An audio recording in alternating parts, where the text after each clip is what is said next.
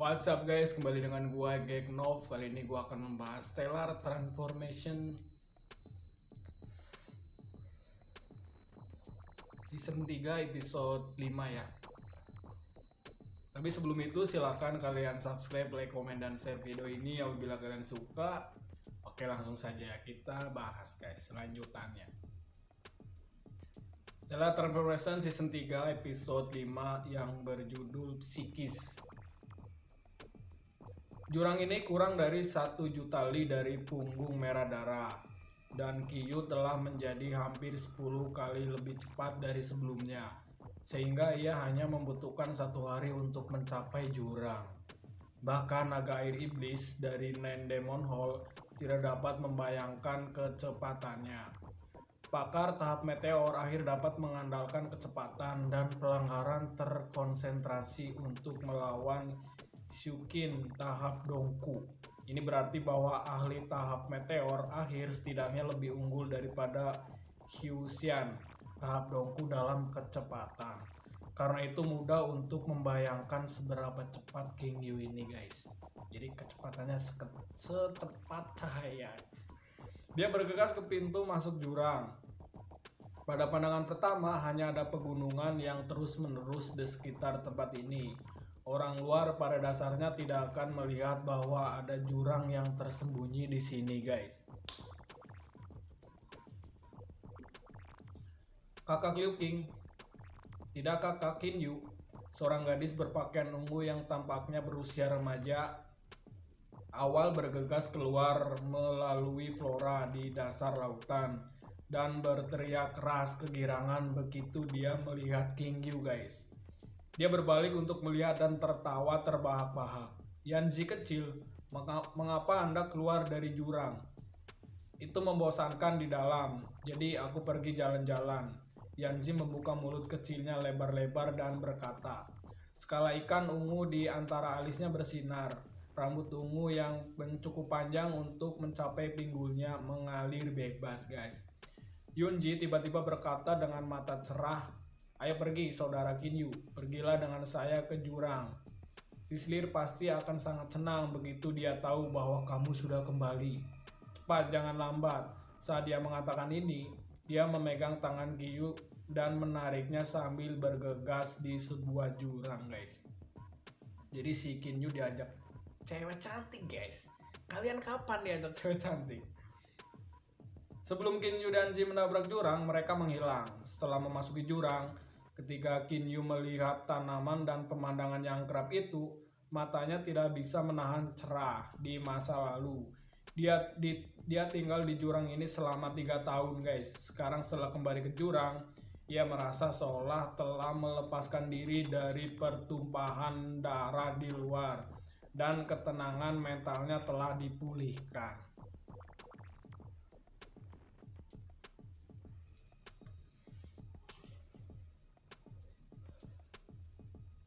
Suara sitar terdengar dan kemudian musik yang dikenal naik. Qin Yu berdiri di luar rumah bambu dan menutup matanya untuk mendengarkannya dengan tenang. Menikmati, guys. Ada senyum tipis di sudut mulutnya selama ini. Ketika dia mendengarkan musik, waktu sepertinya berlalu sangat cepat. Ketika musik berhenti, Qin Yu membuka matanya. Baru sekarang dia menyadari bahwa Yanzi sudah pergi ke rumah bambu. Setelah beberapa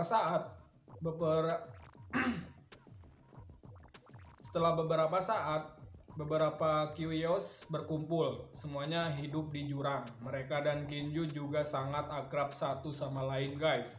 Siap dari mereka menyambutnya. Kakak Liu King, oh benar, itu kakak Qin Yu. Si Yos yang gemuk dan cangkang kura-kura hitam di punggungnya berteriak kegirangan. Qin Yu berkata sambil tersenyum ketika dia melihatnya. Jadi kau Fatih, ada juga Tini dan si Persel di sini. Fei belum ada di sini untuk sementara waktu. Jadi tanpa ada yang mengalahkanmu, waktumu pasti sudah berlalu dengan sangat nyaman, kan? Xiaoyis yang gemuk, oh yang tadi ini. Xiaoyis yang gemuk, cangkang kura-kura hitam menggelengkan kepalanya beberapa kali dan berkata dengan puas. Tentu saja sudah nyaman. Sekarang saya bisa tidur selama 3 hari dan malam tanpa diganggu oleh siapapun. Ketika tidak ada yang harus saya lakukan, saya bisa bermain catur dengan Tini dan yang lainnya. Main monopoli guys. Permainan yang diajarkan Paman Golan benar-benar menarik. Hanya saja dia mengerutkan kening. Kadang-kadang aku masih agak merindukan Bos Howe. Silver Cell yang membawa 2 belati sedang mempertimbangkan. Sepertinya dia agak merindukan Nove juga. Ya ampun, kamu benar-benar belum dikalahkan. Lelucon Kinyu, baiklah. Kalian terus bermain, saya masih punya sesuatu untuk didiskusikan dengan Paman Lan. Dia mengucapkan selamat tinggal pada beberapa Shois ini lalu langsung menuju ke rumah bambu. Ini penyebutannya apa guys? Shoyewis atau apa ya? Udah kalian bisa komen di bawah ya. Selama memasuki rumah, dia melihat sekilas bahwa Paman Lan diam-diam menikmati teh di halaman. Kemarilah Kinyu, dia sedikit mengangkat kepalanya dan sambil tersenyum. Kinyu mengangguk dan berjalan ke Paman Lan, seperti ketika dia berada di rumah bambu ini sebelumnya. Setelah Kinyu duduk, Paman Lan membalikan tangannya dan cangkir teh muncul. Dia mengisinya untuk Kinyu yang menghirup aroma teh dengan sangat hati-hati guys. Paman Lan, ini teh 100 Livit Anda kan? Ketika dia di sini sebelumnya, dia sudah minum teh ini beberapa kali. Sepertinya kamu masih ingat, kata Paman sambil tersenyum. Baiklah Kinyu, katakan mengapa Anda datang untuk menemukan Paman Lan Anda. Jangan bilang bahwa kamu datang untuk minum teh bersamaku. Saya pikir jika Anda mengatakan Anda datang untuk melihat Lier kali ya, itu masih bisa dipercaya. Dia bercanda. Setelah nama Lier disebutkan, Lier guys. Kinyu menoleh, kalau bahasa Sunda ini pusing guys, Lier. Kinyu menoleh dan melihat kamarnya. Dia tidak bisa membantu memusatkan energinya di telinga untuk mendengarkan percakapan antara Nona Lier dan Yanzi di ruangan itu. Yanzi, bunga apa ini? Di mana Anda mendapatkannya? Sangat indah. Mengapa saya tidak melihat ketika saya keluar? Suara Miss Nona Lier. Oh Lier guys penyebutannya. Hehe, ada sebuah pulau tidak jauh dari sini di permukaan laut. Saya pergi ke sana untuk memetikannya. Masih ada banyak bunga di sana. Tetapi jenis bunga ini hanya hidup di darat dan tidak dapat tumbuh di laut. Saya harus meletakkannya di gelang penyimpanan saya untuk membawanya ke sini. Apa yang kamu dengarkan bocah? Suara Paman Lan tiba-tiba naik di telinganya. Ah, Kinyu bangun dengan kaget dan melihat Paman Lan yang tampaknya tersenyum tanpa tersenyum. Tersenyum tanpa tersenyum. Ini kali ya. Yang tampak oh udah. Ini benar Paman Lan. Barusan kamu bertanya mengapa aku kembali ke sini bukan? Saya sudah kembali karena masalah penting dan saya butuh bantuan Anda. Itu minta pertolongan guys atau minta backup ya dari Paman Lan ini. Karena Paman Lan itu kekuatannya sangat luar biasa guys. Paman Lan bertanya tidak puas. Jangan mengubah topik pembicaraan. Kinyu hanya bisa tersenyum dan bertindak bego guys. Aku bisa menebak apa yang kamu ingin aku lakukan. Anda mencari masalah di luar dan musuh terlalu kuat untuk Anda percaya diri menangani mereka sehingga Anda ingin saya membantu Anda kan?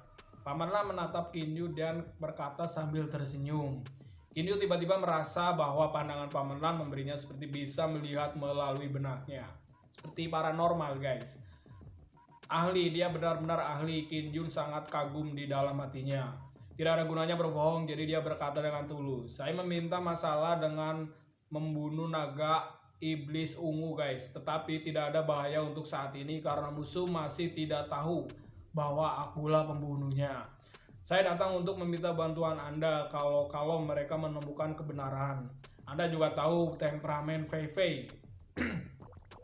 Jika pertempuran nyata terjadi, dia tidak akan bisa menahan diri. Anda tidak ingin melihat Fei Fei dan saya dipukuli sampai mati dan musuh kami bukan? Oleh musuh kami bukan? Membunuh naga setan ungu, tidak, ini bukan sumber masalah. Mata bijak Paman Lan menatap Kinyu. Sumber masalah Anda adalah pedang giok itu, tapi itu juga bisa menjadi berkah bagi Anda. Kinyu tercengang guys. Paman Lan, kamu tahu? Dia terpana, mungkinkah Paman Lan adalah peramal? Dia hanya mengatakan kepada Xiaohei dan Xiaofei bahwa dia mendapatkan pedang giok itu Selain itu, tak ada satupun dari mereka yang memberitahu Paman Lan tentang hal itu. Jadi bagaimana Paman Lan bisa mengetahuinya? Ini benar-benar agak terlalu menakutkan guys. Kekuatan dari Paman Lan ini guys. Kamu pikir bisa membodohiku dengan sedikit kelicikan? Pedang batu giok itu menyusahkan, tapi kamu memenuhi syarat untuk memilikinya. Kinyu mendengar dengan cermat. Semakin dia berkomunikasi dengan Paman Lan, semakin dia menemukan Paman Lan tak terduga. Pada saat yang sama, dia merasa bahwa Paman Lan memperlakukannya dengan sangat baik guys. Dia juga percaya bahwa semua yang dikatakan dan dilakukan Paman Lan adalah kepentingannya. Tuan Liu King, oh Tuan Kinyu, Anda telah kembali. Nona Lier keluar dari kamarnya. Dia dibalut warna biru dan rambutnya yang panjang diikat hanya dengan ikat rambut guys. Silakan kalian khayal sendiri ya. Yanxi ada di sampingnya. Jelas Nona Lier sangat senang lihat Kinyu. Mereka telah berpisah untuk waktu yang lama sehingga ketika Kinyu melihatnya lagi, matanya bersinar. Dia segera berkata, Nona Lier, saya sudah kembali kali ini karena saya punya beberapa hal untuk dibicarakan dengan calon mertua guys, yaitu Paman Lan ya. Saat Paman Lan melihat ekspresi Kinyu saat ini, ekspresi wajahnya berubah beberapa kali, matanya juga sedikit memerah. Sekarang Nona Lier juga memperhatikan perubahan dalam ekspresinya. Meskipun menjadi orang yang tenang dan alami, dia menjadi cemas dan buru-buru berkata, apakah ada masalah Paman Lan? Tidak seperti orang luar, dia tahu apa yang terjadi padanya sebelumnya. Minum dulu guys. Kinyu juga menatap Paman Lan dengan takjub. Selama 3 tahun tinggal di rumah bambu ini sebelumnya, Paman Lan pernah memiliki ekspresi ini dalam pembicaraan di antara mereka juga dalam 3 tahun itu. Dia hanya melihat sekali. Kinyu, aku memberimu saran. Setelah mendapat kembali ketenangannya, Paman Lan berkata dengan dingin kepada Kinyu. Kinyu menatapnya. Paman Lan berkata dengan tegas sambil menatapnya. Anda harus jujur pada perasaan Anda, apapun yang terjadi nanti. Untuk bertahan hidup di dunia ini, Anda harus menahan diri pada banyak kesempatan. Tetapi, jika Anda menahan diri terlalu banyak, sesuatu yang membuat Anda merasa menyesal karena sisa hidup Anda dapat terjadi. Ingat, kadang-kadang Anda harus jujur pada diri sendiri, bahkan jika Anda akan mati karena ini. Ini sebuah quotes yang sangat bermanfaat buat para kalian yang tidak pede guys. Silakan didengerin lagi. Paman Lan, Whistler menatapnya dengan berseru. Paman Lan berkata dengan lambaian tangannya, Lier, Anda dan Kinyu dapat terus ngobrol. Tidak perlu pedulikan aku. Setelah mengatakan ini, dia mengulurkan tangan. Sebuah batu segera terbang ke tangannya, yang kemudian memancarkan banyak sinar ungu, sinar biru, dan sinar hijau guys. Sementara lagi batu itu berubah menjadi pemancar. Kinyu, saya tahu mengapa Anda datang untuk menemukan saya saat ini. Jika Anda dalam bahaya, kirim saja pesan ke pemancar ini dengan akal sehat Anda, dan saya akan segera tahu. Paman Lan melemparkan Kinyu pemancar yang baru saja ia tempa seketika. Jadi dikasih penanda ya, biar ya kayak gitulah, kayak di film-film guys. Ntar juga animasinya pasti sangat keren guys di film ini ya. Kinyu merasa sangat ragu jika ini tentang pengiriman pesan satu sama lain. Mengapa dia tidak bisa menggunakan pemancar sendiri untuk mengirim pesan ke Paman Lan? Mengapa Paman Lan secara khusus membuat pemancar untuknya dan mengatakan bahwa dia akan tahu segera setelah dia mengirim pesan ke dalamnya dengan akal budinya. Ketika ia menerima pemancar ini, ia merasa itu istimewa dan beberapa dari apapun yang telah dilihatnya, yaitu ia tidak mengeluarkan energi apapun guys. Paman Lan Kinyu mengangkat kepalanya, tapi dia menemukan bahwa Paman Lan telah meninggalkan halaman dan kembali ke kamarnya. Di sini ada ya benih-benih cinta guys. Nona Lier memandang dengan sungguh-sungguh pada Kinyu, berkata, Kinyu, karena Paman Lan bahkan sudah memberi Anda ini, Anda harus mengingat nasihatnya sekarang. Jangan lupakan itu. Setelah itu dia menghela napas, tidak ada yang tahu apa yang dia pikirkan. Kinyu sangat ragu dalam hatinya, tapi dia masih melakukan saran itu untuk diingat. Anda baru saja memanggil saya Kinyu. Nona Lier, sangat jarang bagi Anda untuk melakukan ini. Anda sepertinya selalu memanggil saya Tuan Liu King. atau Tuan Kinyu sebelumnya, kata Kinyu sambil tersenyum guys. Dia mengerangkan kepalanya dan berkata sambil tersenyum, "Oh, Ginyu, sebenarnya aku selalu merasa bahwa ada kurangnya saling pengertian antara Kyuzenis lainnya dan saya sendiri. Sepertinya kita bukan milik dunia yang sama. Jadi saya sebagian besar tetap menjaga jarak dengan hormat dari mereka, guys." Jadi untuk menghormati aja, guys, dipanggil tuan ya. Baiklah, mulai sekarang jangan panggil aku Nona Lier lagi. Tidak apa-apa untuk hanya memanggil saya Lier, guys. Hati Kinyu bergetar, guys. Apa yang dikatakan Lier berarti bahwa dia tidak lagi melihat adanya hambatan di antara mereka, bukan? Lier, saya sudah memanggil Anda begitu. Apakah Anda bahagia? Kinyu tidak mengatakan apapun yang dia pikirkan sedikit pun. Nona Lier tersenyum lalu melihat ke kamar Paman Lan. "Kinyu, apakah Anda tahu bahwa di klan saya, Paman Lan benar-benar yang dipenuhi dengan kejeniusan?" Oh, jadi orang jenius di klannya ya. Kekuatannya telah mencapai. Oh, mengapa saya berbicara tentang Anda tentang ini? Benar, apakah kamu akan segera pergi setelah mendiskusikan masalahmu dengannya? Tidak perlu terburu-buru, saya akan tinggal di sini selama beberapa bulan. Kinyu telah menghitung dengan hati-hati bahwa jika anggota 9 naga ini berangkat segera setelah Ditong meninggal, mungkin mereka akan membutuhkan 1 tahun untuk tiba di Gua Merah, guys. Nona Lier sedikit senang mendengar ini. "Kinyu, aku pergi dulu, sampai jumpa." Kinyu mengangguk dan tersenyum mengawasinya kembali ke kamarnya. Dia merasa bahwa perubahan pada Paman Lan tadi telah menyebabkan Nona Lier mengubah sikapnya terhadap dia, guys. Dia dan Paman Lan biasanya menyebutkan klan mereka. Klan apa sebenarnya? Dia merenungkan untuk waktu yang lama, tapi tidak dapat menemukan apa-apa. Namun suasana hatinya saat ini tidak buruk karena dia merasa bahwa dia telah menjadi sedikit lebih dekat dengan Nona Lier, guys. Ini sebuah misteri ya. Di sini klan si Paman Lan dan Nona Lier ini klan apa, guys? Silahkan kalian bisa komen di bawah ya.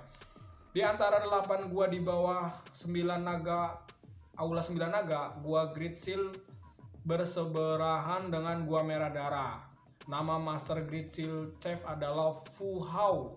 Saat ini dia sedang bersandar di kursi yang diukir dari bongkahan batu giok. Perutnya menggembung. Dua wanita sedang memijit pundaknya, guys. Dan dua lainnya sedang memijat kakinya, guys. Dua wanita lainnya sedang menunggu di kedua sisi bergiliran menaruh beberapa buah langka di mulutnya, guys. Ini adalah sultan di dunia Stellar Transformation, guys. Di 8 gua, Fu Hao adalah yang paling gemuk dan serakah. Dia tidak terlalu kuat dan lebih lemah dari Cha Hong. Dia baru saja mencapai tahap akhir Yuan Ying. Tetapi tahta tuan gua sama stabilnya dengan gunung. Baiklah, kalian semua bisa pergi.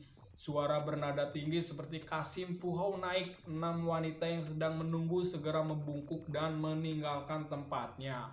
Fu Hao sendiri mulai merenungkan sambil mengelus dagunya. Inilah, guys. Mana yang Bas? Merenungkan dagunya yang putih lembut dan mengerutkan kening dalam-dalam.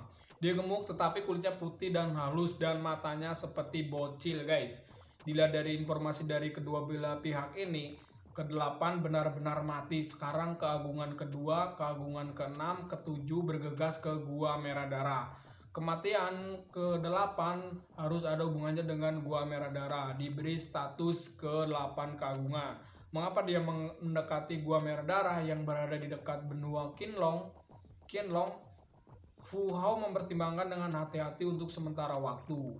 Mungkinkah karena harta karun? Bahkan jika dia lebih pintar, dia tidak akan mencari tahu alasan sebenarnya karena dia tidak tahu apa-apa tentang keberadaan 9 pedang, guys. Tiba-tiba Fu Hao, sinar lampu merah berkedip dan bayangan hitam muncul, guys, di depan Fu Hao. Penerimaan sangat tipis dan lurus seperti tiang dan mengenakan jubah berwarna merah darah. Ekspresi wajahnya dingin dan suram dengan wajahnya, bahkan dia tidak tersenyum. Dia masih akan memberikan perasaan muram, guys. Begitu Fu Hao melihat pria ini, matanya bersinar. Dia membungkuk dan berkata dengan senyum lebar di wajahnya, "Salam Lord Teng. Bolehkah saya bertanya mengapa Anda datang ke tempat saya? Saya pasti akan memberitahu Anda semua yang saya tahu." Senyumnya yang menyenangkan ditambah dengan wajah yang putih, halus dan gemuk membuatnya terlihat sangat menyenangkan, guys. 3 gabungan dari 9 aula naga seharusnya mengirim pesan kepadamu. Apakah aku salah? Kata Lord Tang tersenyum, guys. Meskipun tersenyum, matanya sedingin es seperti 2 bintang di malam musim dingin, guys. Oke, segitu ya episode 5 dari Stellar Transformation season 3 ini, guys. Ntar gue akan update part 2 nya ya, part 2 setelah inilah. Oke, see you next, bye bye dah.